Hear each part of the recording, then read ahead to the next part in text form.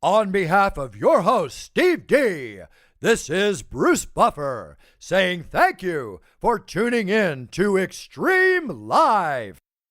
And now, this is the moment Xtreme Lyfe fans around the world have been waiting for. It's time!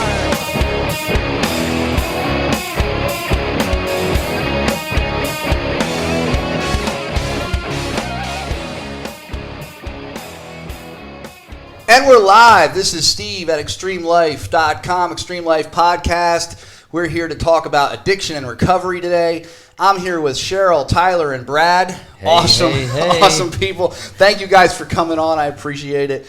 And, you guys are all, if I may share it, you're in recovery from substance abuse. And I've shared this before, so am I.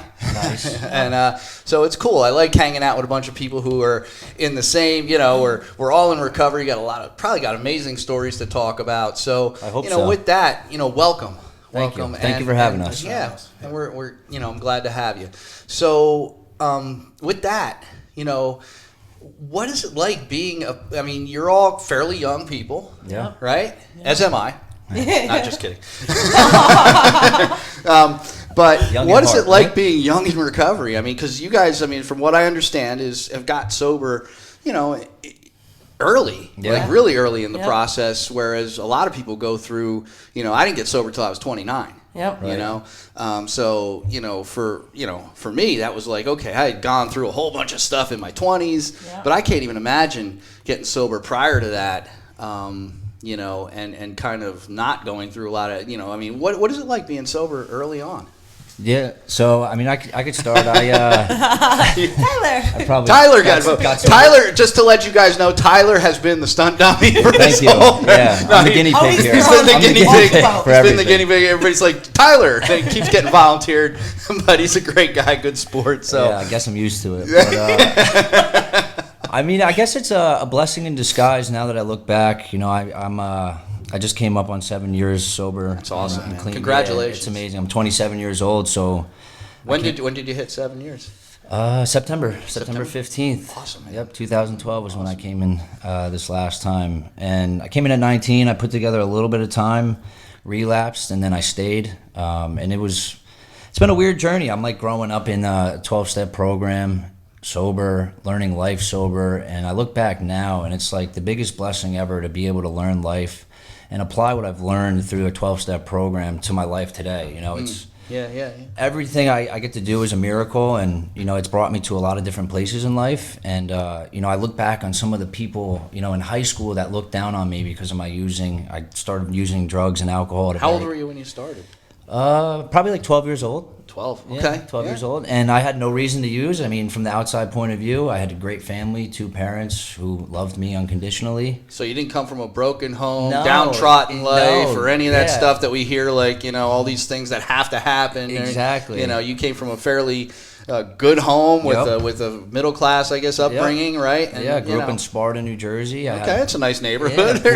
Pool in the backyard. I had no reason to use, but I believe I was born with this thing called alcoholism and substance use disorder, and I feel like there was definitely signs growing up of things that I did that weren't normal, that kind of, when I picked up that drink or drug in the first place, it was like a relief for me. Yeah.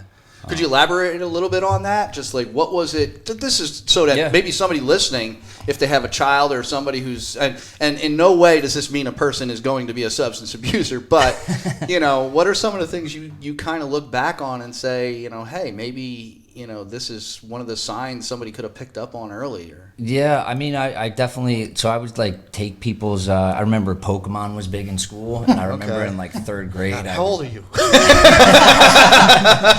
I feel old. I'm 27, so I'm still pretty young. All right, so you got sober at 20 years old. 20 years old, yeah. That's awesome. Yeah, that's awesome, man. I wish I had. Yeah, and it was the last treatment center I went to. It was probably the 6th rehab I went to, and that's what they say, 4 to 6, 8 times people go. And each time I went to a program, I planted a seed, and it got bigger and bigger, and it kind of planted the idea that maybe I do have a problem, and each time I would go away to treatment, I would come out and I would try to control something differently, and each time I failed. Yeah. You know, Well, when you try to control it, it doesn't work. It never works. When you're out the well. boss of your plan, exactly. then it turns into a nightmare. But going back to what you think you might have been able to see. Yeah, I definitely was like.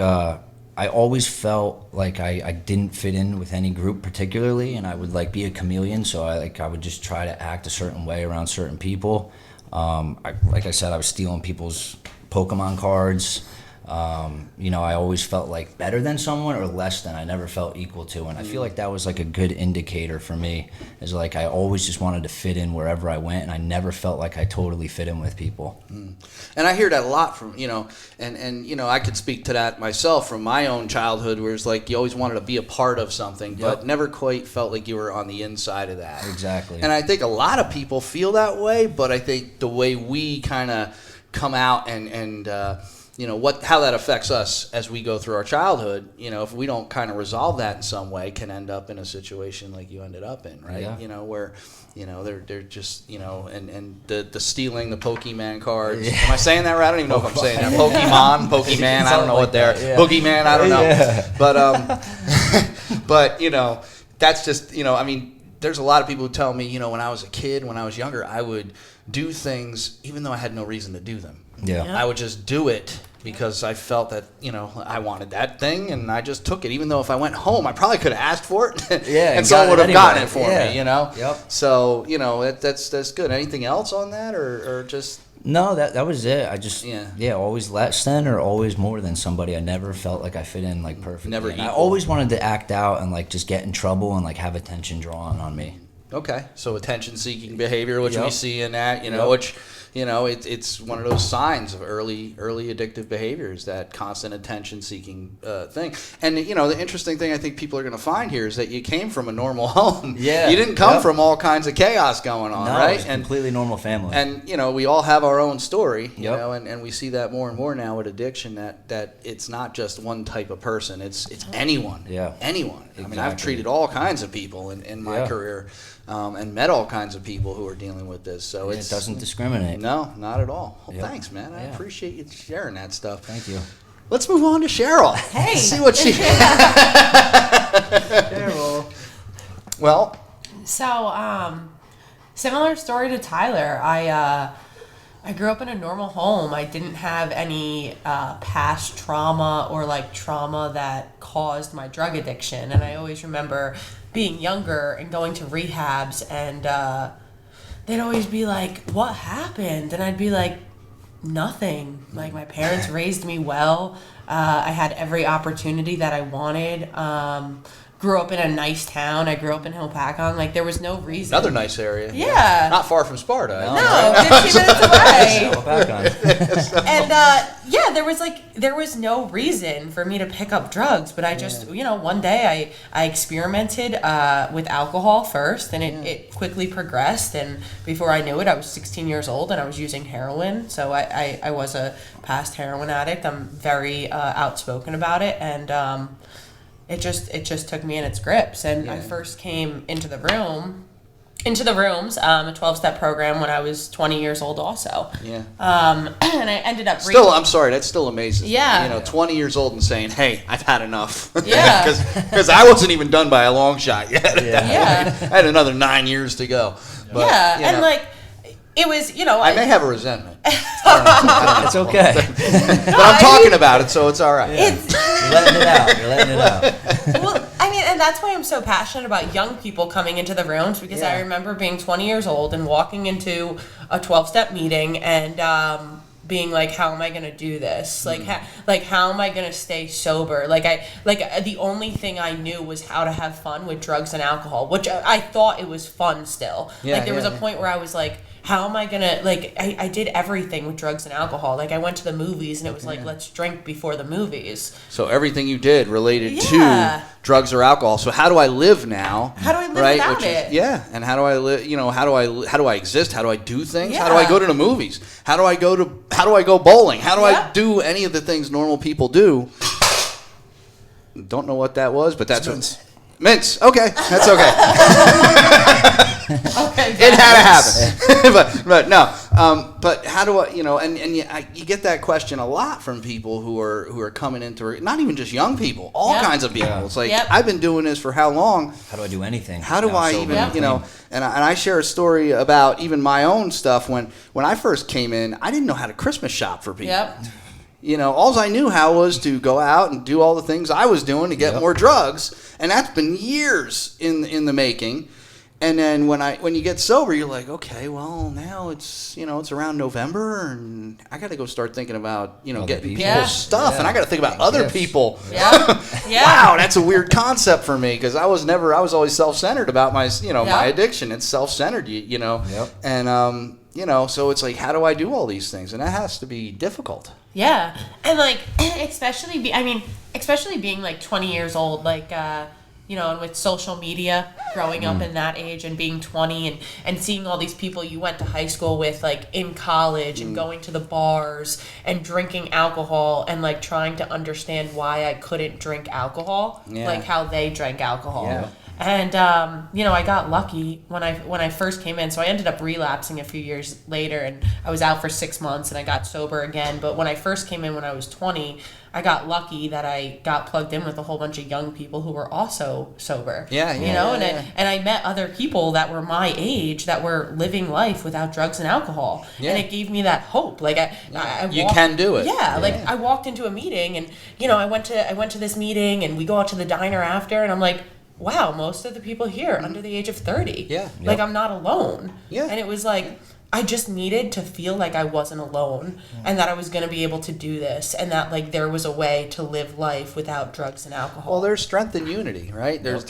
I can't do this, but we can. Yep. Right? Exactly. That's kind of the whole concept of why the fellowship exists in the first place, right? Yep. And then you get into the 12-step work. But, the pieces, and that's the one commonality I see a lot in recovery and people who sustain recovery. It's not any one thing that works for people. Right. Yeah. It's not any one thing. Some people get sober through AA. Some people get sober through NA. Some people get sober through, their church. Some people get sober through smart recovery. I mean, there's a million ways to do this. There's no like one size fits all. We know that, right? And it's very different than old treatment styles where it used to be like, well, if you don't do this, you're going to relapse and, go away, whatever. But that's really not the right thing to do for anybody. But, there's a bunch of ways to do it. But the one commonality that I see is the community. Building support. Community. It's so important. Huge. Yeah. And I, any person who talks to me who's young and trying to get sober, I say it all the time. I'm like, community is the most important thing. Like you need to meet people who are also trying to achieve the same goal that you're trying to achieve. People who understand where you're at. People, places, things. I mean, like, from the time I started using when I was 16 till I was 20, I would constantly try to get sober, but I would go back to my old friends, old places, old things. Yep.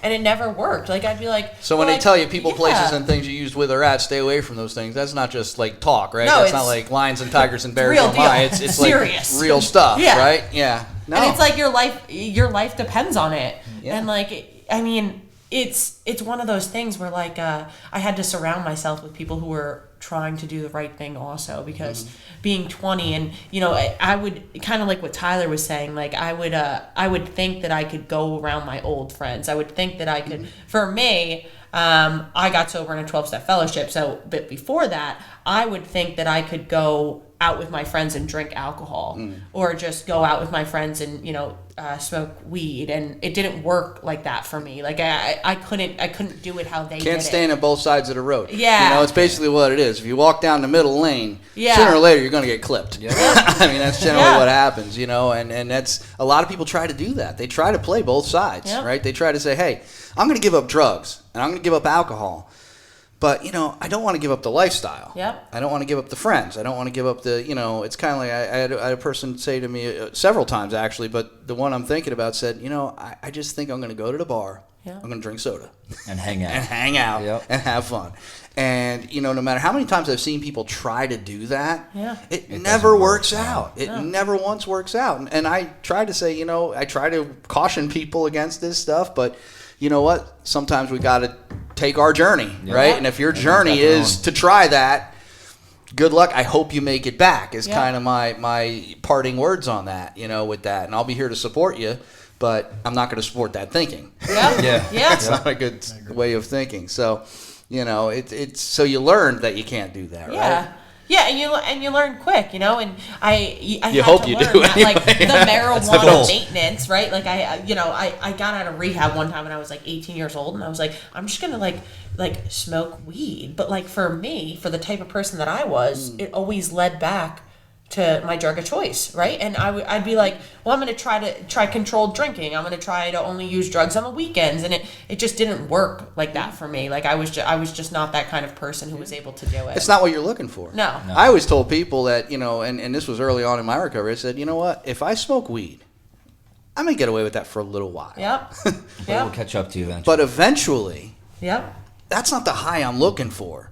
Yep. Yep. Eventually, I'm going to end up back where I was before. And that terrified me. So that's why one of the things that I think pure fear Yep. of going back to what I was one of the things that kept me sober early on. Yep. Was just that pure, fortunately, that fear doesn't stick around. Fortunately and unfortunately, right? Because we Yep. talk about two types of motivation. The motivation that gets you into treatment, which is usually fear-based or consequence-based or Law-based. Law. Yeah. Well, that's a consequence, Yeah. right? So we look Consequences. at social factors like legal, family, job. All those things push you into treatment.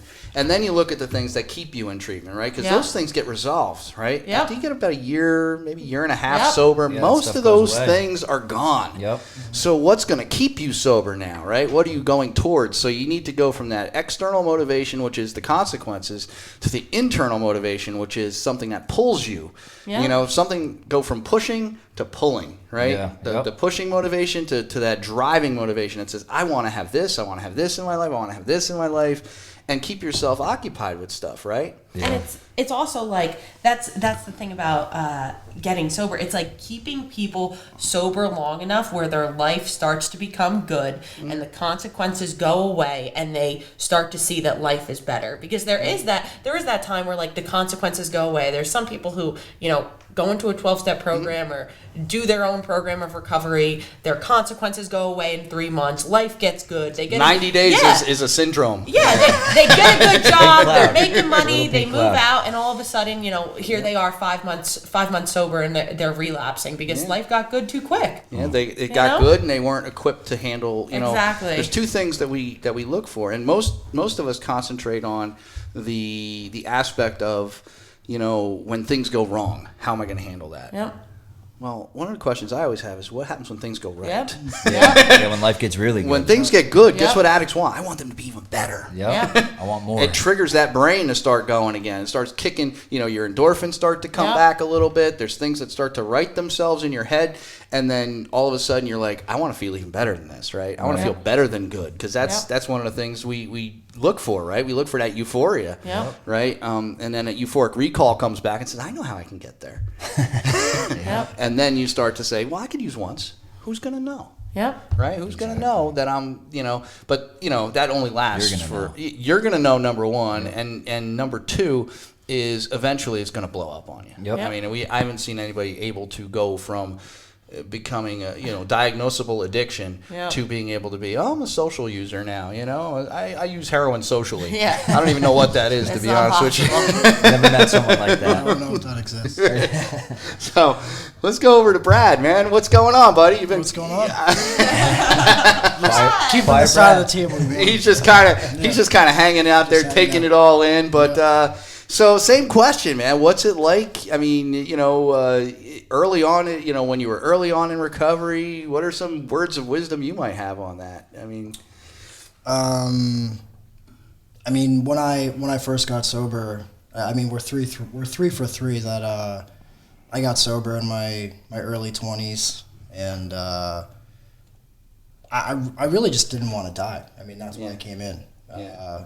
I definitely thought that I was at a point where I was either going to kill myself or alcohol was going to take me out, one or the other. Yeah. And what I found was that very shortly after getting sober, this fellowship kind of arose around me. And I went to the same young people's meeting as these guys. They were like 60. is that where you all kind of met at that same meeting? That Yep. Yeah, okay. I met Tyler when he was like 20 years old too. Okay. So, All right. known So each there's other some for a history while. here. Yeah. Yep. Good. So like 20 people deep, just in a row. Meeting was about 100 people, all 30 and under for the most part. And the thing that tipped me off were people were smiling. And I wasn't How used dare to, they? Yeah.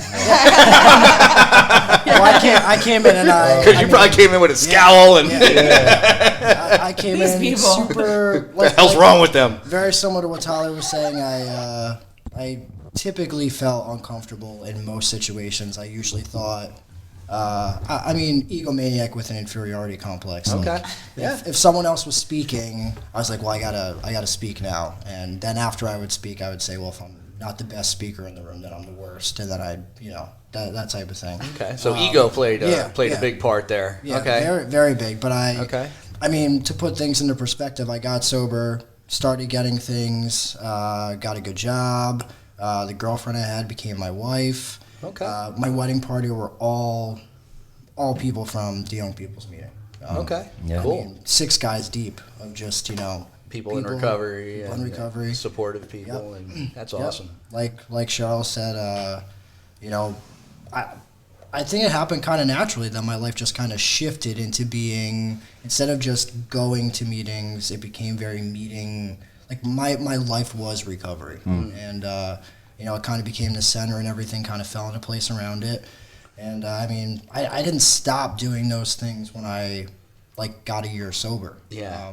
I mean, a lot of the guys that I see that go back out stop. Like we were talking about getting things in sobriety, and I've seen a lot of people get things and then stop. Yeah. Like, I gotta Disappear. Become complacent, maybe. Yeah. Think they don't need Yeah. it.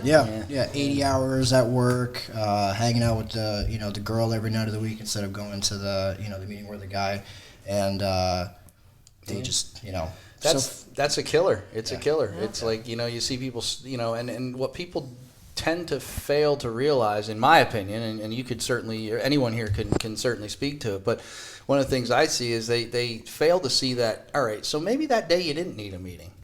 But what happens on the day you do? Yeah. And You you don't have know what it broken is. contact Yep. for a period of time with people. Now something goes wrong. Maybe the girl leaves you, right? Girl, you find she's cheating on you or whatever. Yep. And all of a sudden, what kept you okay is not there, and you don't have anything else to keep you okay. Yeah. Yep. Right, and then you end up relapsing. I see that happen over and over again. Absolutely. I don't know if you have any anyone has any insight into that, but that's certainly a I always say, I mean, people ask me like, how did you do it? You got sober at 20 years old. And I always tell people consistency, like I consistently do the things that I did when I first got sober. Because my life's so good today, I don't want to lose those things. And I see it over and over. People pull back from meetings. They pull back from their community, their fellowship, their network. They stop doing the things that originally got them sober. And then they disappear. Who knows if they're sober or not today, but sometimes they're miserable. And I just don't want to take that chance. Yeah, and that's the thing. Who knows what you can do, but what happens if you're, you might be able to survive out there without meetings, right? You might. I tell people that all the time. You might be able to do it. What if you're wrong? Yeah, exactly. That's the question. Yep. That's the most Yep. important question. What if you're not right about Yep. this? Because you've been wrong before. Sometimes we have to acknowledge that, right? Yeah.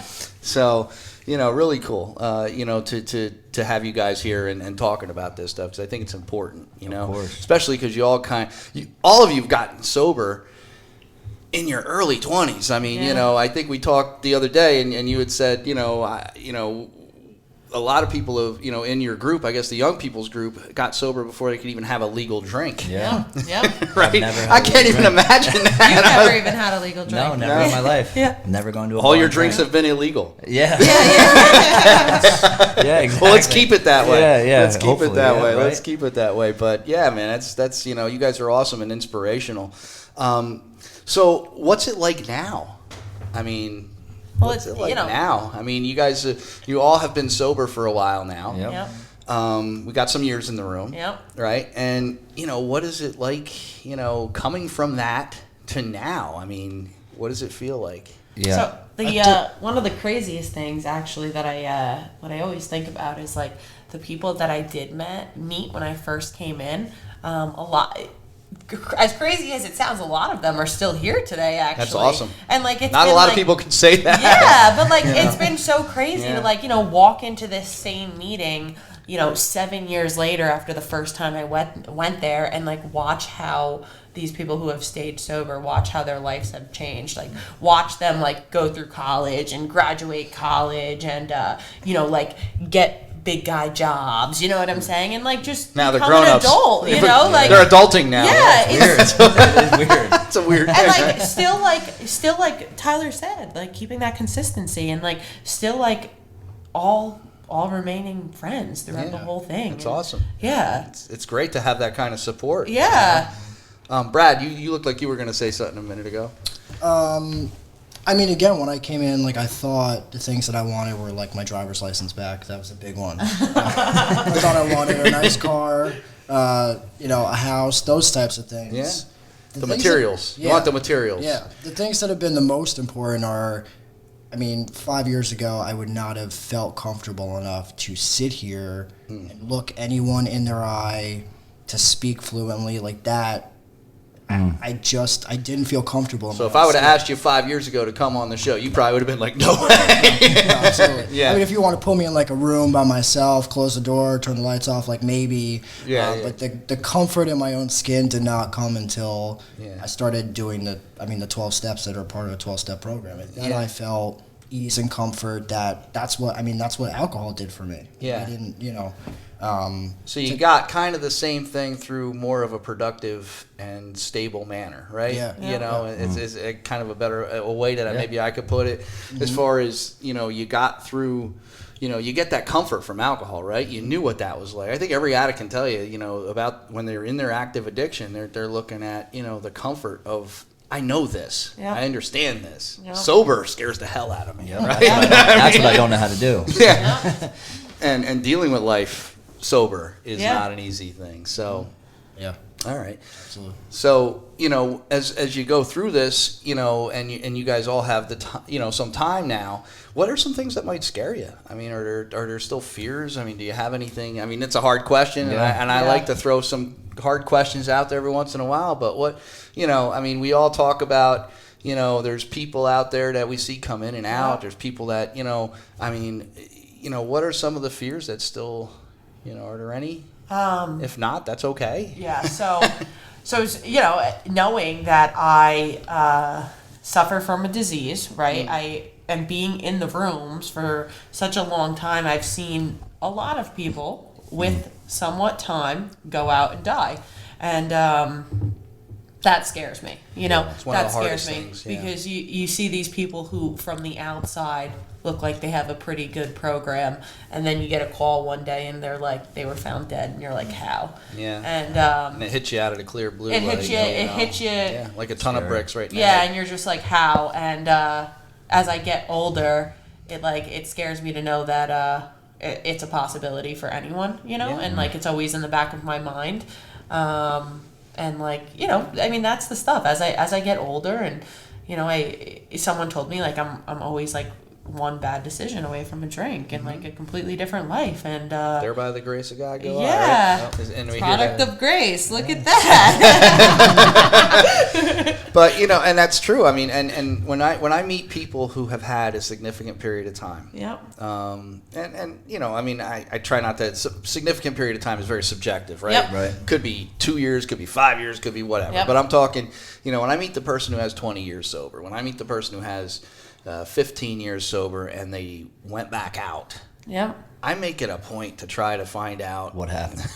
because I want to know, Yeah. because I don't want to step on that landmine, Yeah. whatever it was. Yeah. Whatever sent you out the door, number one, I want to try to figure out what we need to do to help you. But number two is, how do I utilize this knowledge in my own program? Because it's important, right? Yeah. We all have our own program.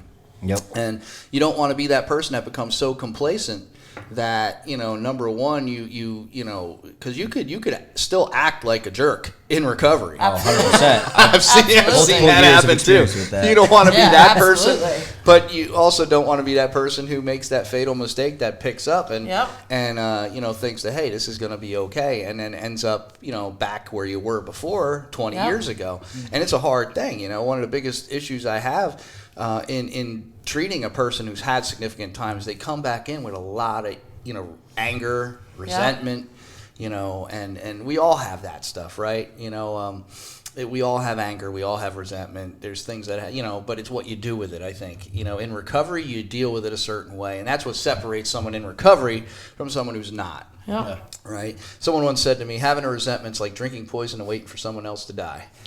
Resentments are the worst. I hate them so much. Do you have any? No. I actually have some right now that I'm working through. So they're like, pray for them. I'm like, I don't know if I can do that, but I guess I'll try. Well, you know what? I get them. I'll tell you what. I get them. I get them every day. Yep. Every single day I get a resentment about something. Yep. And I have to figure out how I'm going to deal with that. Yep. And then, do I want to hang on to this all damn day? I got one today. I was talking to you guys about this earlier. I don't have one damn tree in my yard. One damn tree, but somehow I got everyone's leaves. Yep. Somehow. So I had to figure out, hey, how am I going to deal with this? Yep. Well, I'm going to go clean up the damn leaves. That's it. That's the only course of action I have. Yeah. Yep. I'm not going to go out there and throw them over the neighbor's fence. I'm not going to do any of that stuff like I would have. Well, like I said, we all are in a growing. It's progress, not perfection. Yep. There may be a day where I have a bad day, and I say, you know what, these leaves are yours. Yep. Take them back. I don't want them. I don't want them, but it's all about how we handle things today, right, and how we deal with it. It's like one of those things where you go through this journey, and all of you guys have this incredible journey. You're still on it. We're all on it, right? Because it's all I know if you stop growing, you start going backwards. Yep. Right. So in our journeys, we have to keep moving forward. If you're not, you're going to end up sliding back, and if you're not keeping an eye on things. Does anybody want to talk about a little bit about step work, how important that is, and how it's been in your life, how it's affected you? Because I think it's really important. Because I think people.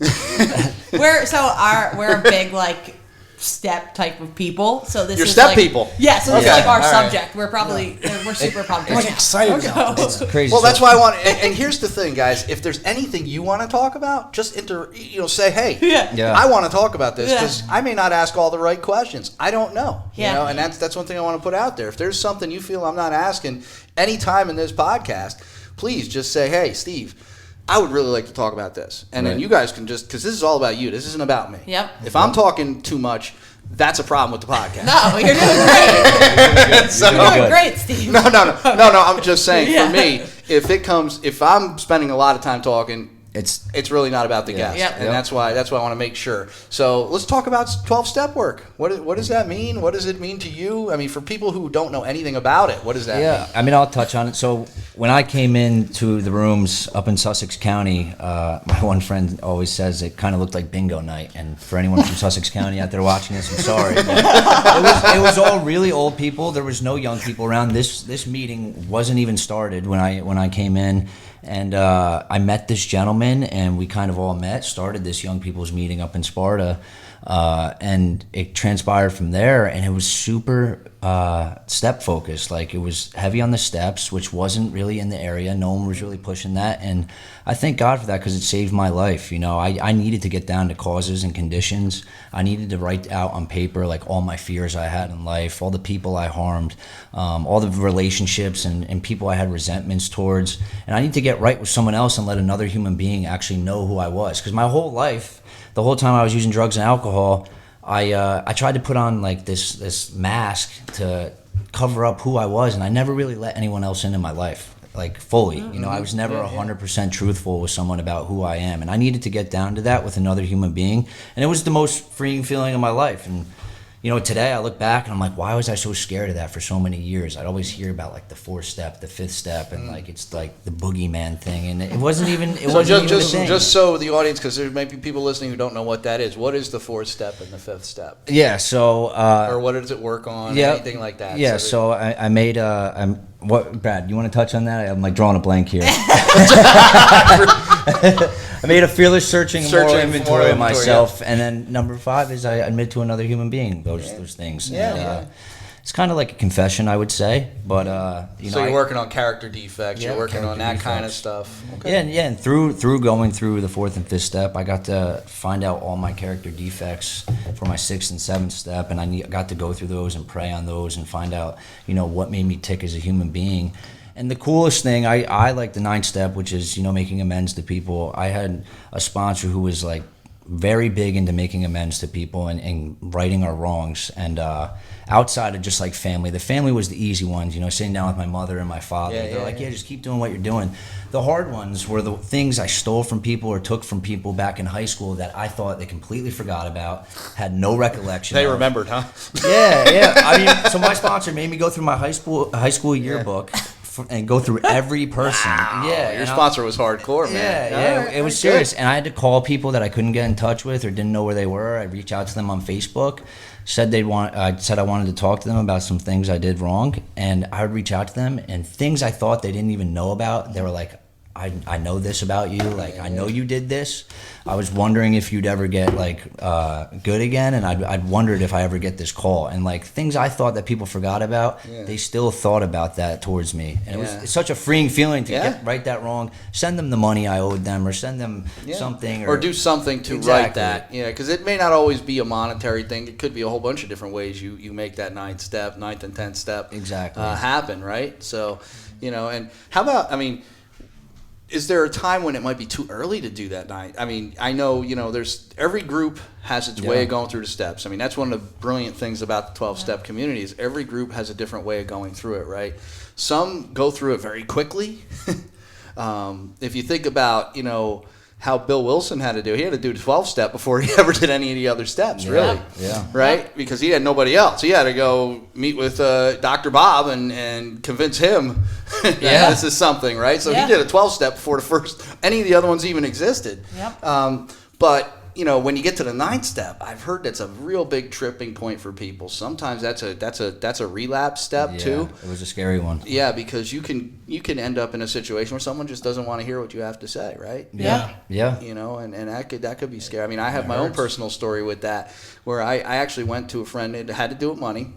And when I was out there I was a thief. I would steal your dope and help you look for it. Standard. It was basically Just looking for goats. Yeah, exactly. I mean, there's all, like we all have that kind of, thing. But, it's, I went to this person and I went back and my sponsor was all gung-ho for this and let's go. So I drove up to this person's house and I went to their house and I had the money. It was like $500. That I borrowed and I never brought back, and I went and I'm like, this person's gonna, this is one of these biker type people, this was about 6 years prior to that, And I walked up to his doorstep. I knocked on the door. He answered the door. I said, hey, and I told him this whole thing. I said, hey, I've been gone a long time. I said, listen, I made this, here, I got the money I owe you. And, I apologize. I was going through all this stuff. And he knew exactly what I was dealing with and all that stuff. But he was like, get the hell out of here. Don't come back. If you're here when I go back to the back room, I'm going to come back and shoot you. Yeah, it's good. You're like, okay. So I left. Yeah. Right? So I got in my car. Now I got a resentment. Yep. I'm pissed off. I'm like, how dare he not accept my, he doesn't know what I went through, all that stuff you go through. I was younger, much younger than I am now. And, I sat in my car and I started thinking, okay, well, you know what? Now I got $500. So I got a resentment, $500. What do I do now? Not a good early in recovery. Yeah. Not maybe a year. Yeah. And I'm like thinking to myself, okay, what can I do here? So I say I'm going to go to the mall and get this thing. I can't even remember what it is today that I was going to go buy for myself, right? So I called my sponsor. I told him. He's like, how'd it go? I told him. He said, you need to come over. Yep. I said, okay. So I go to his house and he says to me, wait right here, put the $500 on the table. I'm like, right then and there, I knew the $500 was gone. Yep. I'm like, somehow this money is going to be gone. So he brings out a list of charities, and he says, you're going to donate that money to a charity in the person's name that you had wronged, and that's how I made that amends. That's a good But that sponsor. could have Yeah. gone. It could have Yes. gone very, very different Yep. had I not been ready to do that step. Yep. Yep. Right? Because even then, I was still in my head when I got in the car Yep. to leave that person's house. So it's a frightening thing, that step. So, is there a progression to how does someone know when they're ready to do that step? Yeah, all I have is my own experience, and I was pushed through them very quickly. Hang on, I'm picking up some kind of Feedback. something. I do hear that. Yeah, It's also. the buzz of sobriety. Great job, Brad. That might be, yeah. You know what that is? That's just the heater kicking on. All right, we'll ignore that for now. Yep. I'll try to buzz Yeah. that out later. Yep. But Yeah, all I have is my experience. I got pushed through them very quickly. I would say something about my story that wasn't typical. I did grow up in a good family, but from the time I started using, I got in a lot of legal trouble, and I was in and out of rehab from a very young age, in and out of juvie through the court-ordered system. I was on probation at 13 years old, all the way up to 20 years old. I was on house arrest a lot. I was court-ordered to go to 12-step meetings, and I never did the steps there, ever. And this last time I did the steps, I got pushed through them quickly, and I've been sober ever since. And that's the only experience I have. I can't touch on anything else but that. yeah, no. Well, that's all I'm asking for. I mean, I Yeah. can't ask for anything other than your experience. Right. Yay! Lay down. All right, you want to go out? Hang on. Put her out so she can go outside. Go. I would draw a blank on what the fifth step is. All right. On what the fifth step is? I know. Yeah. I'm like, dude, I'm like, get it together. Come on, Tyler. No. Embarrassing us out here. All right. That's what you do. You always embarrass us. No, that's like my goal in life is to embarrass everyone I'm in a room with. Should I leave that in? Yeah, you should. Now I'm going to cut out a big part of that whole thing, but but anyway, it's. I guess where were we?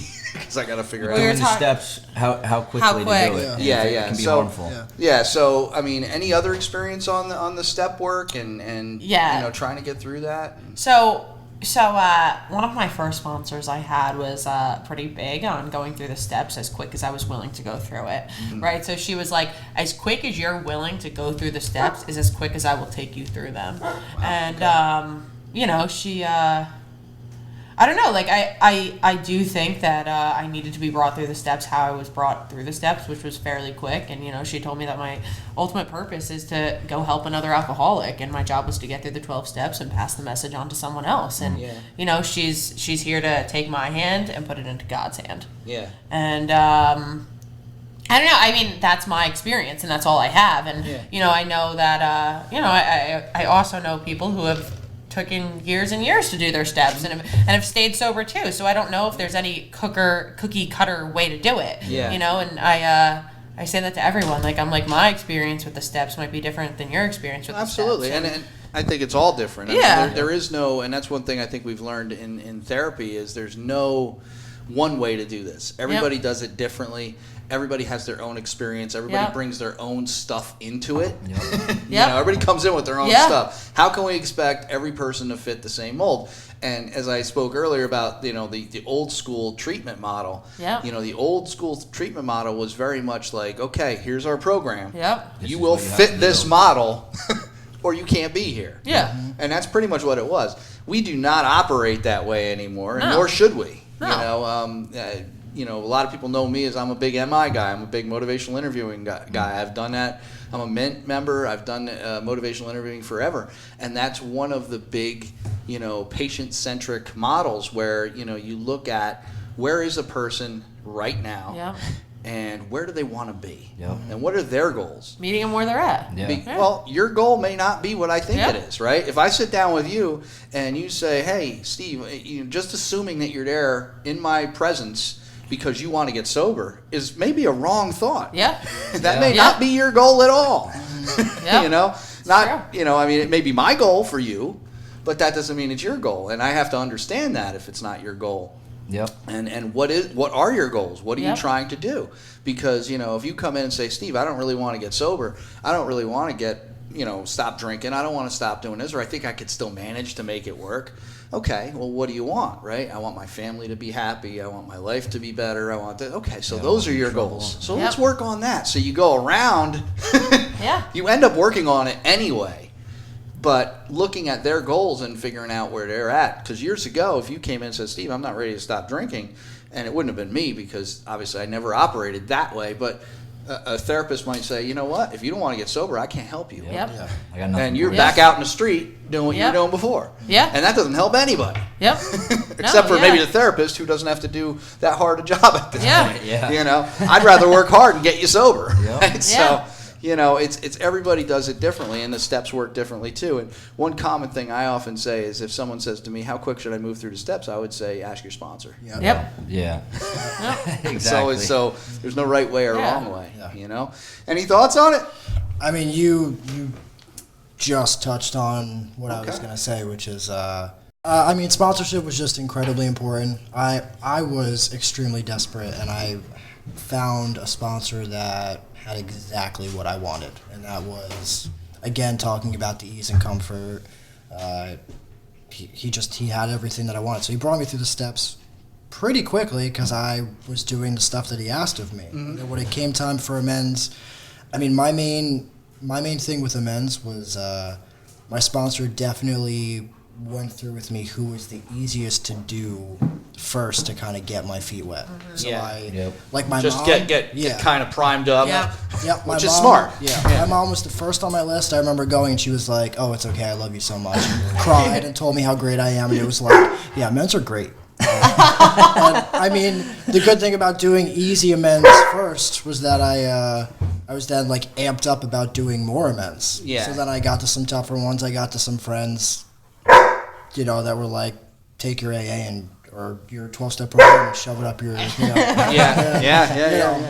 had definitely those, but I've had really good ones too. And so got it out. She wants to talk about this too. She's on the show too. I'm all about it. Every dog needs love. Exactly. Lay down. Lots. Or don't. Or don't. Or just stand there and look at me. But she's so adorable. She is, and she just wants love. She was like, "Why is everybody in there? I'm out here. Please come hang out. Why can't I come in there? In here. Yeah, you can't come in here. If I bring you in here, you're going to be a major distraction and probably knock everything over and definitely destroy some yes. equipment. So. All right, so we'll just ignore her for now. She'll stop in a second, but. So it's like, like you said, ask your sponsor, work with your sponsor. It's, you don't have to be I've always said, your sponsor doesn't have to be your best friend. Mm-hmm. The sponsor doesn't have to be your best buddy. Your sponsor there is in existence to, help you walk through the steps, right? Yeah. And that's pretty much the goal. Now, you'll probably become friends as that process goes on. Yeah, through the process, But, your sponsor's not there. If your sponsor starts off and they're too much of your friend, it's probably not. It's probably not, because then they're not going to tell you things you might need to hear, right? Because I'm sure we've all heard from our sponsor, or even people that we did our amends with, things that we didn't want to hear, right? Yeah. Truths that we needed to hear. Truths, even in the fourth and fifth step, right? You find things out about yourself. Absolutely. I remember writing down all my character defects for my sponsor, and I brought this list of character defects to him, and I just know how the story's gonna go. Oh, it wasn't a very big list, right? It was like I found 4 things that are wrong with me. So. And he knew me at this point, and he's one of those people that knew what I could handle and what I couldn't, because he had known me for a while at this point. And I remember writing this down. I brought it to him. I said, "Here it is." I was so proud of this list, and he literally looked at it and he goes, "Okay." Now it was character defects and resentments that I was supposed to write down, and he took this list and he tore it up. And he goes, "Now you got another resentment." Yeah, write that down. And Get your pen and paper. Yeah, that's a Jedi move right there. it was it a is. Jedi move, yeah. And he goes, now you got another resentment. And he said, here's what I want you to do, because I think you need this. And, you know, I was not an easy person to work with in my early recovery, I don't think. But, you know, you'd have to ask him. Really? He would know better than me. I would never think that. Hey, I was one of those, you know, in my early days, one of those knuckleheads that came in and out of treatment constantly, Yep. and it was a whole Yep. thing, you know, and take people out with me and Yep. this whole deal. But, you know, he said, I need you, and you need you to go ask people in your life what your problems are. Yep. Yeah. And I was like, oh, and I'm thinking, they're never going to want to tell me this stuff. Well, let me tell you something. I went down, I sat with the first person, and they're like, I thought you'd never ask. Listed it all out for you. You're like, the ego list already. out the window. Yeah. I came back with like an 8-page list Yep. of things that, you know, and we broke it all down. But, you know, I mean, that's part of the process, right? Yeah. You have to look at yourself, and sometimes that may not work for everybody. That may not be the best route for everybody, but that was something that Yeah. worked for me at that point when I needed it. I was at kind of a pivotal point, Yeah. right? And I think it's important, and your sponsor needs to know you enough to know what you can handle and what you can't handle, right? And that 100%. happens over time. Yep. And that happens over going to meetings with that person. That happens over, you know, Sitting down with them. sitting Yep. down, Yep. getting to know them, right? Building a rapport. Yep. Huge. You know, there's actually a lot of studies that show rapport, and because I come from a therapeutic background, that's Yep. what I do. Having a rapport with someone works better than any intervention you could ever have. Yep. Absolutely. I could sit here and Absolutely. Very I could say simple, I'm going to right? outline CBT, I'm going to outline this, I'm Yep. going to do all Yeah. these types of therapy, but if I don't have a rapport, none of that stuff Yep. is worth anything. Nope. Right. None of it. I mean, my work with a sponsor may be the first true, even interaction with another person that I've ever had, and it taught me from that point forward how to treat Like a real life. honest yeah, Yeah. how to- relationship. like to be like Tyler was saying earlier about the mask, the first person with the mask off, being 100% myself, being okay with someone telling me, no, you're kind of a jerk. Like it was important. Like it was. How was that? How was it hearing that? I mean, I just want to, like, I mean, earth shattering, but Yeah. also earth creating. Like it changed the course of my life to have someone look me in my eyes and say, Yeah. well, no, like you're not as good of a person as you think you are. Yeah. sometimes you got to rip the house down to build a new one, right? Absolutely, absolutely, yeah. And- And I mean that set the course for the rest of the relationships in my life, and I kind of use that as an example of, you know, how I carried on the rest of the interactions in my life. Yeah. Yeah. Yeah, no, it's an important relationship, and that's an important transaction. When someone could sit down and say to you, I mean, that's an honest relationship, and you don't get all offended, and I mean, maybe you do, I don't know. I mean, sometimes I would get offended at stuff my sponsor would say to me, you know, Oh, but yeah. It's gonna happen no matter but what. Yep. if it stirs up a feeling, I've often said this, even today, if I'm running a group or if I'm doing something with clients and someone gets particularly angry about something, I hit something. Yep. I'd be foolish to walk away from that. Yep. You know, I'm not going to try to antagonize a person, obviously, but I'm going to certainly make note. Yep. What I just said really affected this person in a way Yep. that really deserves some attention. Yeah, it's bringing a reaction out in them. Because, and that's what you have to recognize in yourself. I think that's what you learn to recognize in yourself in recovery is you start to recognize, you know, it's great when you could hear it from somebody else, but it's better when you can recognize it yourself, right? If you see it, then you can actually start. I mean, it doesn't mean you still need that other person, but you know what it comes down to is that's the growth that you see, right? The growth is that you start to see in yourself what other people start to see, right? You Yeah. take the delusion away. Yep. Yeah.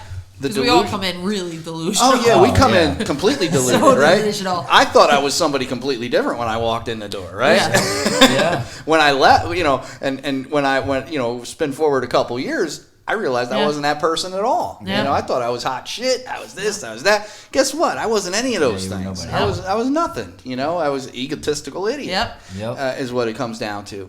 And once you break free of that, you know, Yep. I'm big on checking your ego at the door. Oh, yep. You know, I think everyone needs to be humble. Yep. Yeah. I even thought about, you know, I tell my counseling staff, ego is your worst enemy. It is. Judgment is the second worst enemy. Yep. So Yeah. ego and judgment are the two things you stay away from because none of those things go anywhere in any relationship. If you're going to use your ego, if it's always about you, or if something is, how do I handle this, and you're working with somebody, it's more so, well, what's going to work for them, Right. What's going to work for this person, right? And and that's what you have to always think about. And even sponsorship, that's what you have to think about. You have to get away from that. And judgment, who am I to judge anybody? No. Yeah. Right. Judgment is the enemy of therapy. Yep. So, and it's the enemy of recovery, because people don't come in, we hear the stigma, and that's one thing I want to touch on with you guys is to talk about the stigma today. What are your thoughts on that? I mean, I'm sure I know where this is going to go, and This is my subject. I love outrage, so let's cause some outrage right now. It's like it's probably one of my favorite things to talk about. And that's why when I do speak in settings like this, I do always say, like, I'm a heroin addict. And because, like, I no longer care about that stigma because I cared about it for so long. So you did heroin. Yeah. Like, and I'm No, I'm just kidding. I'm like so So did proud I, about it. so. I'm like, I did heroin. Like, that's my drug of choice. You're like, oh my gosh. But you know what? Like, I do that because, like, I like to believe that I'm fighting against the stigma. Yeah. Like, I'm fighting against the stigma of, like, no, Every day like, you stay sober, you're fighting against the stigma. And, like, So. it's like, no, like, heroin addicts aren't always the people on the park bench homeless. Like, sometimes they're the people in the nice neighborhood with the good parents and good education. That, It's the minivan driving down your street with a soccer ball on it. Absolutely. Yep. And you know what? Like, It is nowadays. I mean, It's crazy. when I first started using heroin, I hid it. And when my parents found out, they tried to hide it too, to tell you the truth. And that was because of the stigma. And they had that fear of stigma too. And well, like, what are now, the people going to think around us? Yeah, like what are my friends gonna think? What is the school gonna think? What's the babysitter gonna think? Like, Remember, all of that stuff, you know? it's a reflection on the family. Yep. Right? That's Yep. how people look at it, even though it's not true. One thing I know is that addiction, especially, you get into opioid addiction, things like that. Even, when you look at alcoholism, I've had families do the same thing with alcoholism. Yep. We can't have anybody know about this, right? Yep. Because it teaches the family, don't talk, don't trust, and don't feel. Yep. Mm-hmm. Absolutely. Don't talk about this with anybody. Don't trust anybody with Yep. this information. And God help you if you feel anything. Yep. Because that's going to really screw you up. Yeah. Yep. So shut all that stuff down. Yep. And that's what happens in the family system with addiction. It sounds like that's a lot of what was going on with Yeah. you, with the heroin addiction. Yeah.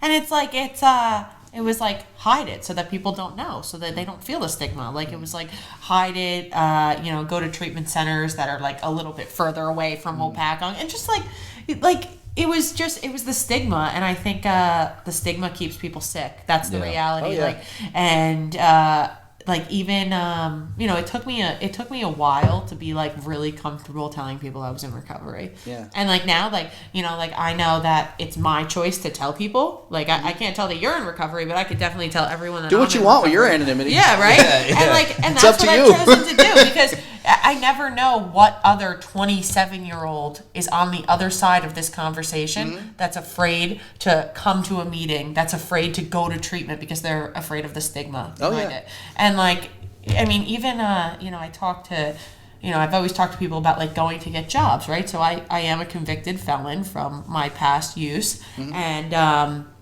for me, I've always walked into a job, and this has just been my experience, and I've been totally transparent about my record, because I knew, and this is They're going to find out anyway. yeah, this is my experience. I knew that they were going to run a background check, and they were going to find out anyway. And I was like, why not smash the stigma now? Because there are some people who are going to get that background check and automatically think something about me that's not who I am. Yeah. And I would always go into my interviews, and I would always be like, so this is my past. I'm in recovery, and I do have a felony. Yeah. And they would be like, okay, It's I much would be worse if you honest. don't tell them. I mean, Yeah. if they find out and you say no and you don't check that box. Yeah. Actually, I don't even think it's legal for them to ask that question anymore. But Yep. they can certainly run, they're going to run your background depending on the type of job it is. Exactly. Most will run that background. They're going to find out anyway. And it's always better. I've found that it's always better to be upfront. Yep. And just kind of say, look, here's what the deal is. Here's the explanation.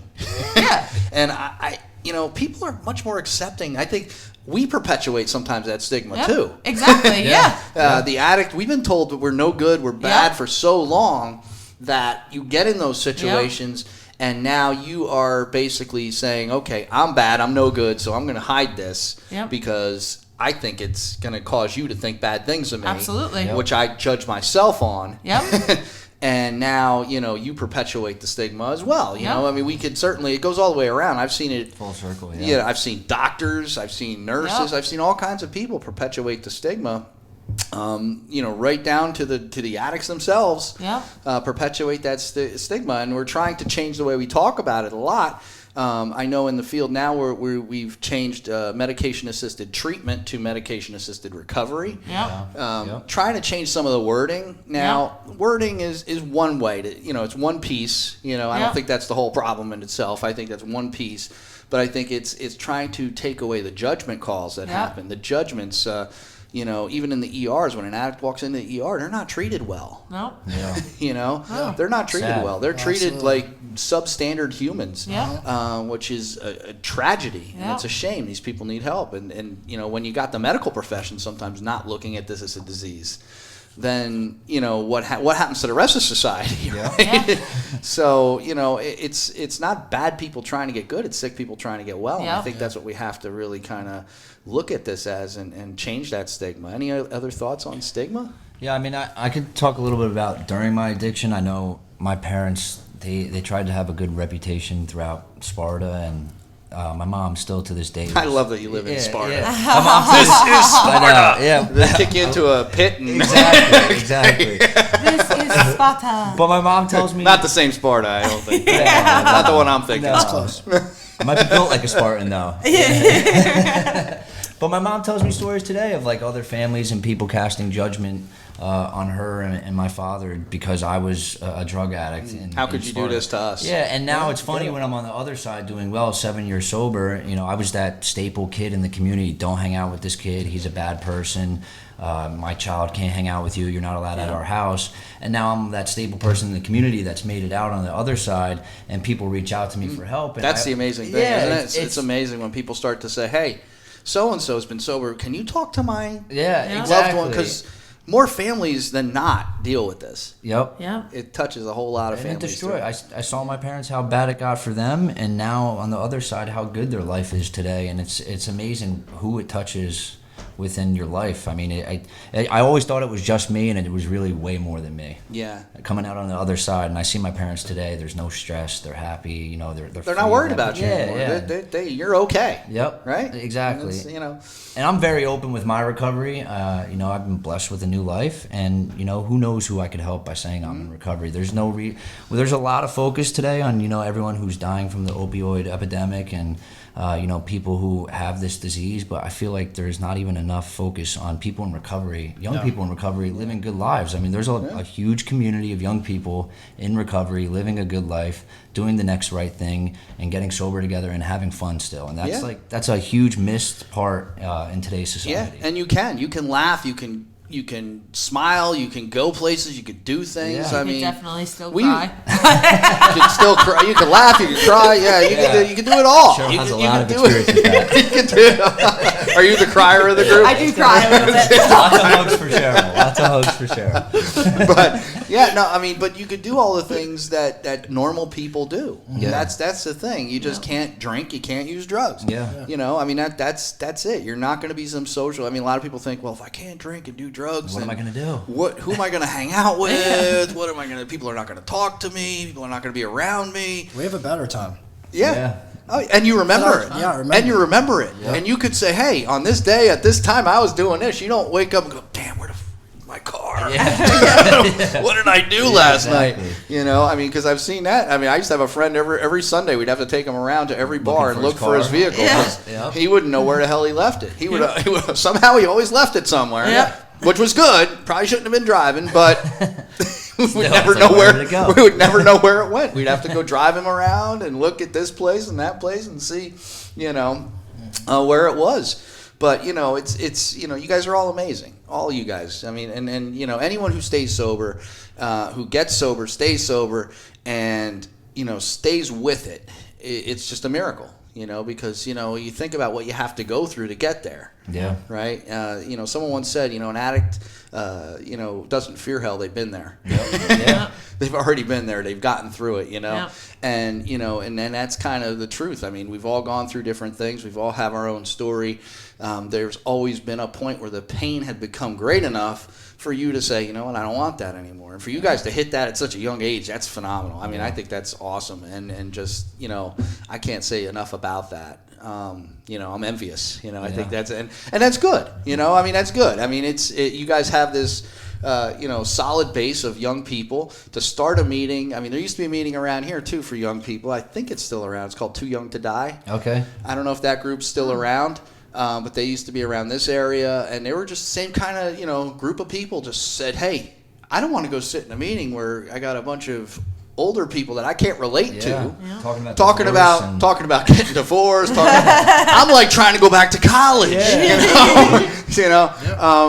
You got to have the people you relate to, and that's good, And I think having all kinds. I think we need more different types of breakouts, for all different kinds of people to kind of put it all together, you know. So you have people you can relate to on all kinds of different levels. So that's awesome.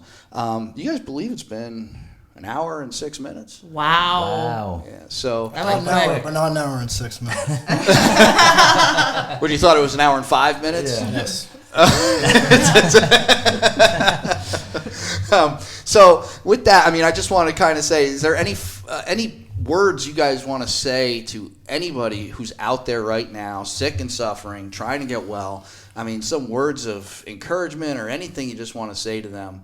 And I'm going to have each of you. You're always first. Just so you know, I'm going to have each of you. I'm going to engage each of you on this because I think it's important because you guys are all amazing people, and I just want to make sure we have some words. I guess I'll be the guinea pig again. Yeah. But no. Poor Tyler's been like Tyler thrown is out the there. guinea pig. Yeah, he was the first one in I'm the used to studio it. to navigate the wires. He was Don't embarrass us. Oh, man. no pressure. I didn't already do that? Nope. You know what? I just want you to know there's no pressure, Tyler, but don't embarrass them. All right. I can't deal with this type of pressure, all right? The entire world's watching you. Well, no, if I had anything to say, recovery is possible at a young age. There's a lot of people out there doing this thing called recovery. You can have a fun time. You can have a great time sober. And you can also accomplish a lot in life, too. And for anyone who thinks it's not out there, just give it a shot. I did. I met a lot of people. I built that community. And I have a great life today. I would never go back. Hopefully, one day at a time, Yeah, good stuff, man. Yep. That's awesome. That's awesome. And congratulations again Thank on you. the 7 years, I man. appreciate that's that. phenomenal. Yeah. Hi. Don't cry. Don't cry, Cheryl. I'm gonna try not to. Okay. So I would just say for I always say this for the families to keep hope. Keep that hope. I'm really grateful my parents never lost hope in me. And for anyone struggling, just remember that there is another side to it, and it is possible. And that obsession and that feeling of you'll never be able to stop it, it can go away. And we're here. We're here. We're waiting for you. We need you. We literally need you with us. Because the newcomer's the one that keeps you guys sober, right? We need you. 100%, yeah. We're building an army here. We need you. But just keep the hope. It can be a really good life if you give it a chance. Awesome. Brad, what do you got for us, man? Hey. Brad's been the kind of the guy who's kind of just got these words of wisdom on the outside over here. I think that's his role. He puts That's that. what he does in life. What's it? The guy that's like the last person in the marathon? What are they called? I don't know. All right, well, The last guy in the marathon. In the Olympics, the last person that gets the baton. There is a name for it, but I can't There's recall. a name for it, but no one. Whatever that is, that's Whatever what that is, that's what I- you're the Take relay the guy. This analogy didn't go the way I was hoping. Don't embarrass us now. Yeah, it already happened. It's all good, man. I mean, the best thing that I can say to anyone that is struggling is that's temporary if you want it to be. There's that choice to get hooked up with a 12-step program, find a sponsor, and feel freer than you've ever been your whole life. Any expectation you have of what you want in your life is going to multiply by trillions.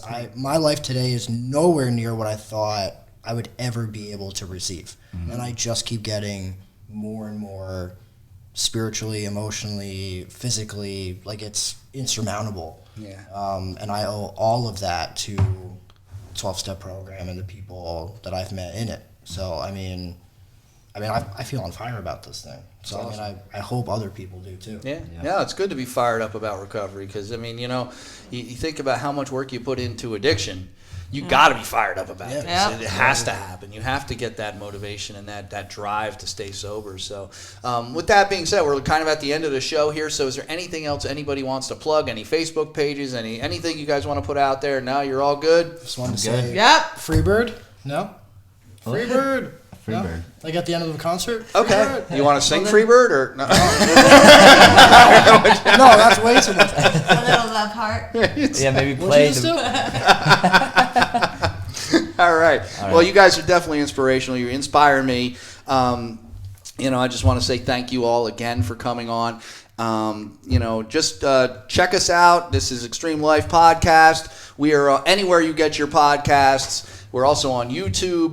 The videos generally follow the audio version by a couple of days. So check it out and stay tuned. Make sure you subscribe to all the channels. Check these guys out. If you are somebody who's struggling with addiction, there is hope after dope. Make sure you understand that. Yep. You don't need to keep going the way you're going. Suffering is an option. So you can find other ways to get around. These guys have. You just got to find help, get help. There's a whole bunch of ways to do that. You could Google recovery, you could Google help. There's a million ways to get sober these days, more than ever. Yeah. So make sure you find help and check it out. And make sure take these guys as inspirations here, as I do, to keep doing the stuff and don't give up. Don't give up. Get away from the stuff that's the negative things. Get away from the negative people that you're associating with. You are who your friends are. So just remember that. Stay tuned, and we'll be back at xtremelyfe.com.